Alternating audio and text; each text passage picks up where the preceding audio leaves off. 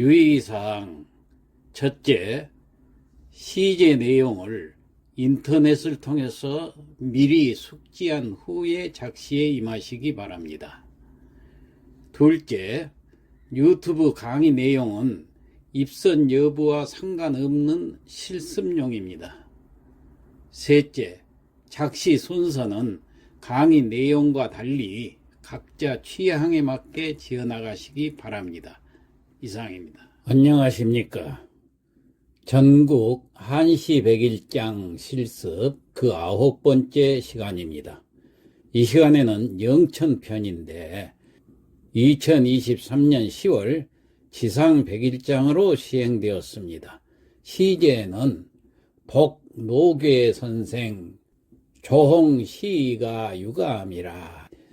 이 시제가 좀 특이합니다. 그 지방에서 노괴 선생의 조홍시가라는 작품이 있는데 그 작품을 널리 알리기 위한 방편으로 이 백일장 시제로 택한 것 같습니다.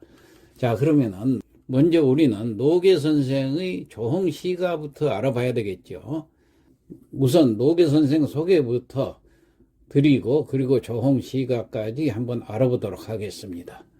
조선 선조 때의 시인 박인노 선생이 바로 호가 노괴입니다. 그래서 노괴 박인노 선생은 송강정철, 고산 윤선도 이 세 분을 가리켜서 한국 가사문화 그 3대 시성이다 이렇게 일컫고 있습니다.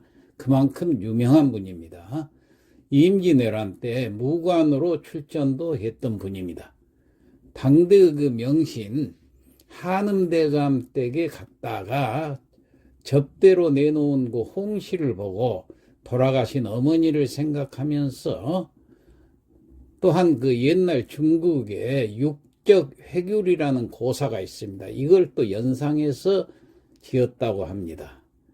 그의 효심이 읽는 이의 마음을 울리고 눈시울을 적시게 하는 시입니다. 그렇다면 우리가 먼저 조홍시가를 먼저 읽어봐야 되겠죠. 자, 여기 제시를 했습니다. 조홍시가 박일로 반종 조홍감이 고아도 보이나다. 유자 아니라도 품엄직도 하다마는 품어가 방길이 없을세 글로 서로 하나이다. 자, 이런 시입니다. 이걸 우리말로 해석을 해보면은 조홍시라 할 것 같으면 일찍 익은 붉은 홍시를 말합니다. 바로 그 추석 전에 익은 홍시입니다. 반대로 추석 이후에 익은 홍시는 건시라고 그러죠. 자, 소반에 놓여 있는 그 일찍 익은 붉은 그 홍시가 곱게도 보인다 하는 것이 이제 초장에 나온 구절이고, 그 다음에 중장은 비록 유자가 아니라도 품어갈 마음이 있지만은 그런 뜻이에요. 품어서 가서 부모를 대접해 드리려고 품속에 품고 싶은 마음이 있지만은, 근데 유자가 아니라도 그런데 여기서 유자는 왜 유자라고 했느냐? 중국의 고사 육적 해귤이라고 그랬을 때 이 귤이 바로 유자입니다. 그때 육적이라는 사람이 귤을 품고 갔던 요 고사가 있어요. 그렇듯이 이 감을 보고 부모가 계시면은 이 감도 자기가 먹지 않고 품고 집에 가서 부모님을 대접하고 싶다는 그 효심이 묻어나오는 대목입니다. 그 다음 마지막 세 번째 종장, 품어가도 반가워해 주실 부모님이 안 계시니까 그를 서로 하나이다 하는 그런 구절입니다. 부모님이 돌아가셨으니까 감을 가지고 가봤대. 자, 필요가 없구나 하는 걸 생각하니까 너무 서럽다 하는 얘기예요. 자, 그러면 이걸 조금 더 자세히 설명을 해 드릴게요. 이 작가 박인노 선생이 41살 때라고 그래요. 존경하는 선생이 이제 한음 이덕형 선생 집을 찾아갔을 때 이 조홍시를 대접을 받으면서 중국 삼국시대 오나라 사람 그 육적이라는 사람이 지은 회귤 고사가 있습니다. 어머니께 드리려고 귤을 품고 집으로 돌아갔다는 그 육적 회귤의 고사를 떠올리면서 이미 돌아가신 자신의 부모님을 생각하고 이 시조를 지은 것이다, 그 말이에요. 그러면 해귤유친이라는 이 육적 해귤의 고사를 조금 더 자세히 설명을 해볼게요. 육적은 후한때 사람으로 어려서부터 효성이 지극했다고 합니다. 어느 날 태수 원술이 마을의 명문가 자제들을 위해서 잔치를 베풀었어요. 그 잔치에 그 6살밖에 안 된 육적도 초청이 되어서 참석을 했는데, 잔치상에는 산의 진미가 가득했지만은 이 어린 육적의 눈에는 탐스러운 귤만 보였습니다. 그래서 육적은 먹다 남은 귤과 함께 2개를 더 집어가지고 손수건에 싸서 품에다 넣었던 것입니다. 그래가지고 잔치가 끝나고 아이들이 차례로 인사를 했습니다. 육적도 그 태수 앞에 정중히 엎드려서 절을 하는데, 엎드리니까 그만 품에 품었던 귤이 앞으로 대굴대굴 굴러 떨어진 거죠. 육적이 얼굴이 빨개져 가지고 당황하니까 태수가 미소를 지으면서 너희를 위해서 잔치를 베푼 것이다. 그러니까 가지고 가도 좋다. 그런데 왜 먹다만 귤까지 합해서 3개의 귤만 넣었느냐, 이렇게 물어봤어요. 그러니까 어린 육적이 얘기하기를, 제가 상에 놓인 귤을 세보니까 한 사람에게 3개씩 돌아갈 것 같았습니다. 그래서 먹다 남은 것까지 3개 가지고 가서 어머니께 드리려고 했습니다. 이렇게 말을 한 거예요. 태수는 그 어린 육적의 효심에 탐복해가지고 하인을 시켜서 귤 한 상자를 육적의 집에 보내줬다고 합니다. 자, 후한 시대의 이야기지만은 우리도 효녀 심청과 의정은 형제 등 수많은 그 효행에 관한 모범적인 이야기가 있죠, 우리나라에도. 그래서 이 효는 백행지본의 근본으로 삼는다면은 해귤유친의 이 정신도 우리는 귀감으로 삼을 필요가 있다, 이런 생각이 듭니다. 자, 그러면은 이 내용을 어느 정도 파악했으니까 작시를 한번 해봅시다. 자, 작시를 하려면은 먼저 아분을 봐야 되겠죠. 아분 5글자를 이제 보니까 날생, 가벼울 경, 정성성, 이름명, 영화영, 이 5글자가 있습니다. 이걸 평기식이냐 즉기식이냐 우리가 정해가지고 작시로 들어가는데, 나는 평기식으로 작시를 하고자 합니다. 자, 먼저 수련부터 작시를 하겠습니다. 수련은 첫 구하고 둘째 구를 얘기하죠. 자, 첫 구를 작시를 하려면은 첫 구 운자가 뭔가 봐야 됩니다. 운자가 날생자지요. 그래서 날생자가 들어가게 작시를 했습니다. 조홍시 독 가문생이라. 여기 시제를 그대로 여기다가 인용을 했습니다. 시제가 독, 읽을 독자, 노계선생이 지은 조홍시가를 읽고 유감이라, 그 느낌을 쓰라, 그런 얘기죠. 그래서 조홍시, 그 말은 조홍시가란 얘기예요. 조홍시가 독, 읽고, 감은 생이라. 감은 감동이 생겼단 말이에요. 감생, 무슨 감동? 은생, 은혜의 은자, 부모님의 은혜의 감동이 생겼다는 얘기예요. 자, 그럼 다시 해석해보면은, 조홍시도 감은생이라. 조홍시가를 읽으면 부모님 은혜의 감동이 생기니. 그 다음 두 번째 구도 운자를 보니까 가벼울 경자입니다. 그래서 가벼울 경자가 들어가게 작시를 해보았습니다. 독행록의 기위경이라. 자, 독행은 도타울 독자, 행실 행자지요. 도타운 행실. 누가 도타운 행실입니까? 바로 노계 선생이 도타운 행실이죠. 그래서 그 바로 뒤에 노계가 나왔습니다.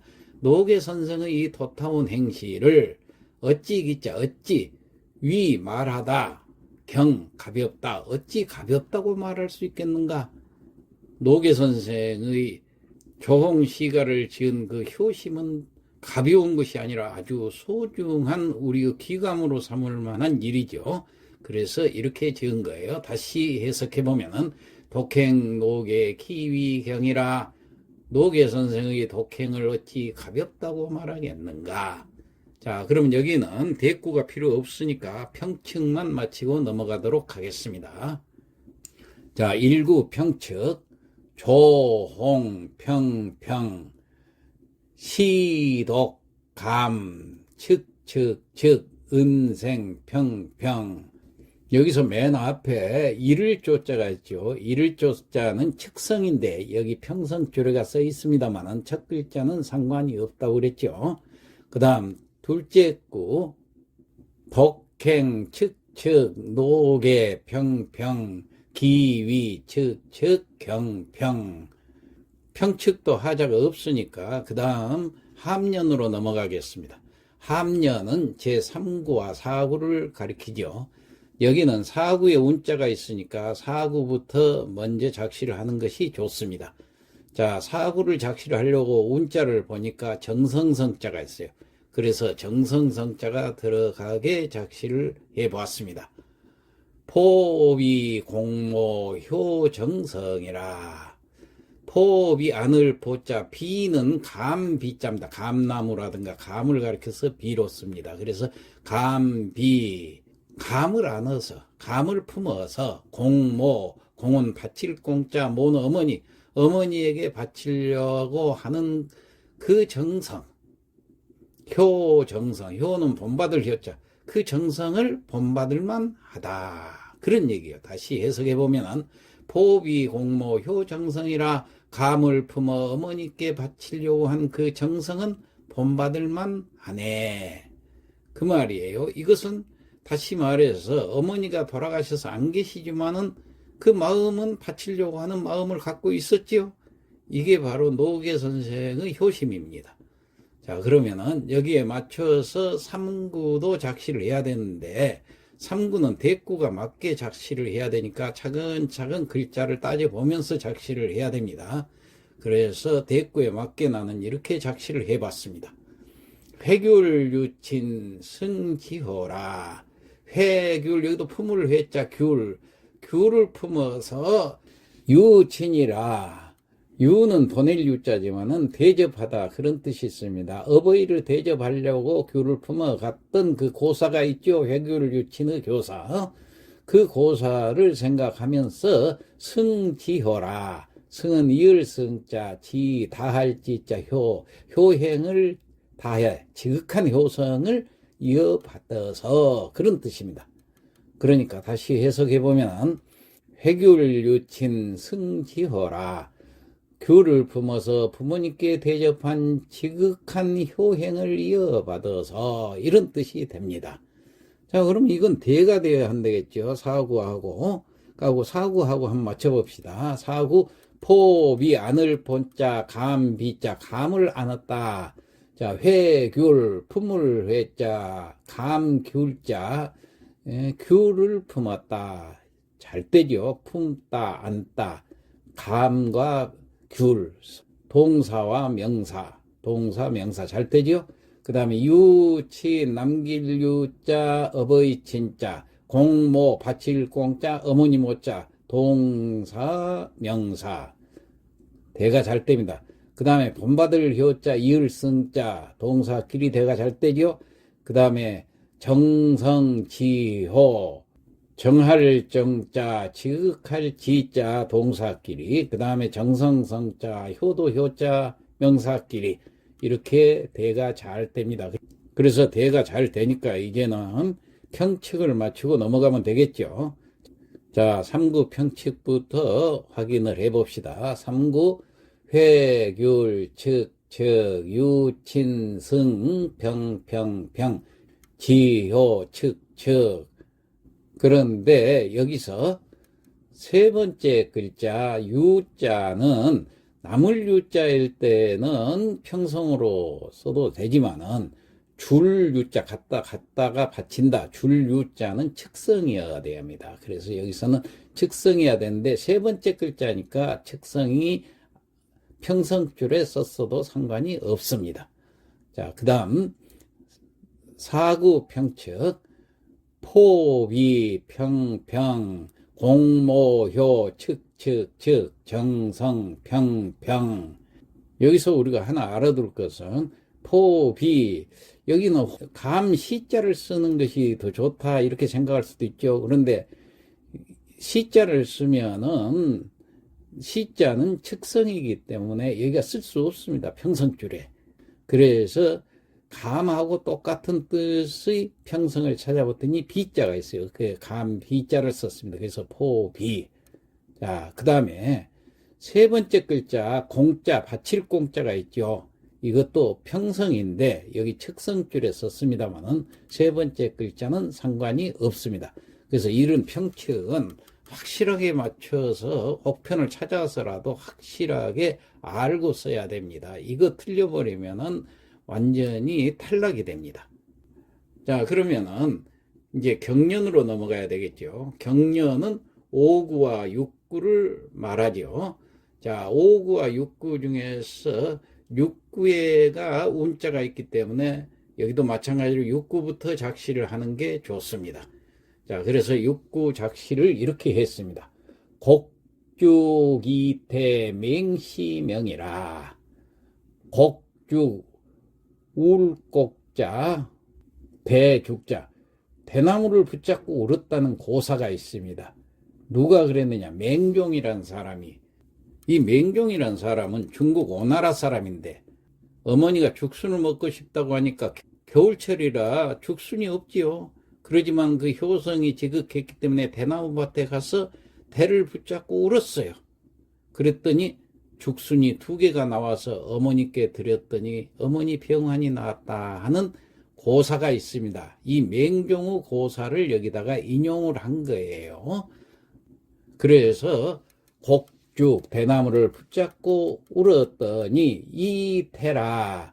이는 싹이 돋을 이자입니다. 싹이 돋다. 태는 죽순 태자입니다. 죽순이 싹이 돋았다는 얘기예요. 누가? 맹종이. 그래서 맹씨라고 그랬습니다. 여기 맹종이라고 쓰면 종자가 이 마루종자인데 이것은 평성이기 때문에 여기가 쓸 수가 없어요. 그래서 시자를 쓴 겁니다. 시자는 측성이니까 상관이 없습니다. 그래서 이 맹종이라는 사람이 죽순을 붙잡고 우니까 죽순이 났다는 그 명자, 이름 명자, 명성이, 그래서 맹종의 명성이 더 높았던 것이에요. 그 명성처럼 그런 뜻이 됩니다. 다시 해석해 보면은 곡죽이태 맹시명이라. 대나무를 붙잡고 우니 죽순이 돋아난 맹종의 명성처럼 그런 뜻이 됩니다. 자, 그러면은 여기 대를 맞춰서 5구도 작시를 해야 되겠죠. 와빙구리 왕상지라. 와빙 누울 와자 얼음빙자 얼음에 누워서 구리 구할 구자 잉어리자 잉어를 구했다. 이것도 고사입니다. 왜 이 고사를 여기도 썼느냐 하면은 6구에서 고사를 쓰면은 5구에서도 고사를 써야 대가 되는 것입니다. 그래서 이 고사를 찾아서 쓴 겁니다. 자, 그렇다면은 이 고사는 어디에서 나온 고사냐? 이 왕상의 고사가 있습니다. 이 왕상이란 사람은 진나라 사람입니다. 여기는 진은 어떤 진냐면은 나갈 진자 진나라. 그런데 이 진나라 사람으로 계모를 지극정성으로 섬겼어요. 자기 친모도 아닌데도. 그래서 계모가 한 겨울에 잉어를 먹고 싶다고 하니까 강가로 갔지요. 가서 얼음이 꽁꽁 얼어붙어 있었어요. 어떻게 잉어를 잡을 수가 없어요. 그러니까 그 얼음에다가 차가운 배를 대고 녹였더니 그 얼음이 녹으면서 잉어가 뛰어 올라와서 그것으로서 계모를 공양을 했다는 그런 고사가 있습니다. 그래서 사자성어가 왕상빙리라는 그런 고사성어가 생겨난 것이 있거든요. 그래서 그 고사를 여기다가 적용을 한 겁니다. 그래서 와빙 누웠다는 얘기예요. 얼음에 누웠어요. 어떻게 옷을 벗고 누워야죠. 그러니까 이 몸이 데펴져 가지고 얼음이 녹은 거예요. 와빙 구리 구할 구자 리는 잉어리자입니다. 잉어를 구해 가지고 왕상이 구안을 했다 하는 고사의 그 뜻지자. 다시 말해서 와빙구리 왕상지라 얼음 위에 누워 잉어를 구한 왕상의 마음과, 그러면 이게 서로 대가 잘 되죠. 봅시다. 곡죽, 울곡자, 대죽자, 동사와 명사, 와빙, 눌와자, 얼음빙자, 동사, 명사. 딱 맞죠? 그 다음에 이태와 구리, 쌀기 도둘 이자와 구하다 하는 구할 구자가 서로 동사끼리 대가 되죠. 그 다음에 태자, 죽순 태자와 잉을 이자, 명사끼리 대가 잘 됩니다. 그 다음에 맹종과 왕상, 이름자끼리 대가 되고, 이름명자, 뜻지자, 명사끼리 대가 잘 됩니다. 자, 이제 대를 맞춰 왔으니까 평측을 맞추고 넘어가지요. 오구 평측, 와빙, 평평, 구리, 측측, 왕상, 평평, 지측. 자, 그런데 여기서 맨 첫 글자 누울와자가 있죠. 이건 원래 측성인데 여기 평성줄에 써져 있네요. 그렇지만은 첫 글자니까 상관이 없습니다. 곡죽, 측측, 이태, 평평, 맹시, 측측, 명평. 자, 그러면은 평측도 하자가 없으니까 마지막으로 미련으로 넘어가겠습니다. 미련은 7구와 8구죠. 8구에 운자가 있습니다만은 여긴 대를 맞출 필요가 없으니까 순서대로 7구부터 작시를 하겠습니다. 자, 7구 저는 이렇게 작시를 했습니다. 본시 영천 원예읍이라. 본시는 본래, 본디 뭐 그런 뜻이지요. 영천이라는 이 지역은 이 백일장을 주최하는 이 영천 지방은 본래 원예읍이라. 원은 으뜸원자, 으뜸이라고 말해요. 예읍, 예의 고장이다. 다시 본시 영천 원예읍이라. 본디 영천은 예의 고장으로 으뜸이라. 자, 이렇게 이 마무리를 지으니까 이런 식으로 작시를 한 겁니다. 그 다음 8구는 운자가 영화영자이기 때문에 영화영자가 들어가도록 작시를 했습니다. 서년덕업 영장영이라. 서년의 덕업. 여기서 서년의 덕업이라는 것은 노계 박일로 선생의 덕업을 얘기를 한 겁니다. 그 덕과 업적이 영장영이라. 영원히 장 길게 영화롭다. 그 말은 번영하리라. 다시 해석해 보면은 서년덕업 영장영이라. 서년의 덕업이 길이길이 번영하리라. 이렇게 끝맺음으로 했습니다. 자, 그러면 여긴 대가 필요 없으니까 평측을 마치고 넘어가겠습니다. 자, 7구 평측. 본시, 영천, 원, 평, 예읍, 그 다음 8구 평측. 선현, 평, 덕업, 영, 장영, 평. 자, 이렇게 해서 8구까지 작시를 다 마쳤으니까 이제는 성독을 하고 끝내도록 하겠습니다. 조홍시도 감은생이요. 조홍시가를 읽으면 부모님 은혜에 감동이 생기니 독행 노계 기위경이라.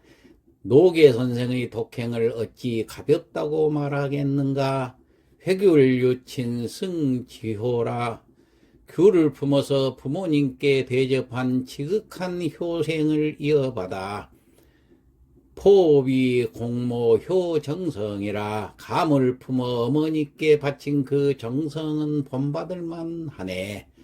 와빙구리 왕상지요. 얼음 위에 누워 잉어를 구한 왕상의 마음과 곡죽이 대맹시명이라. 대나무를 붙잡고 우니 죽순이 도단한 맹종의 명성처럼 본시 영천 원예읍이라. 본디 영천은 예의 고장으로 으뜸이라. 선현 덕업 영장영이라. 선현의 덕업이 길이길이 번영하리라. 예, 이상 마치겠습니다.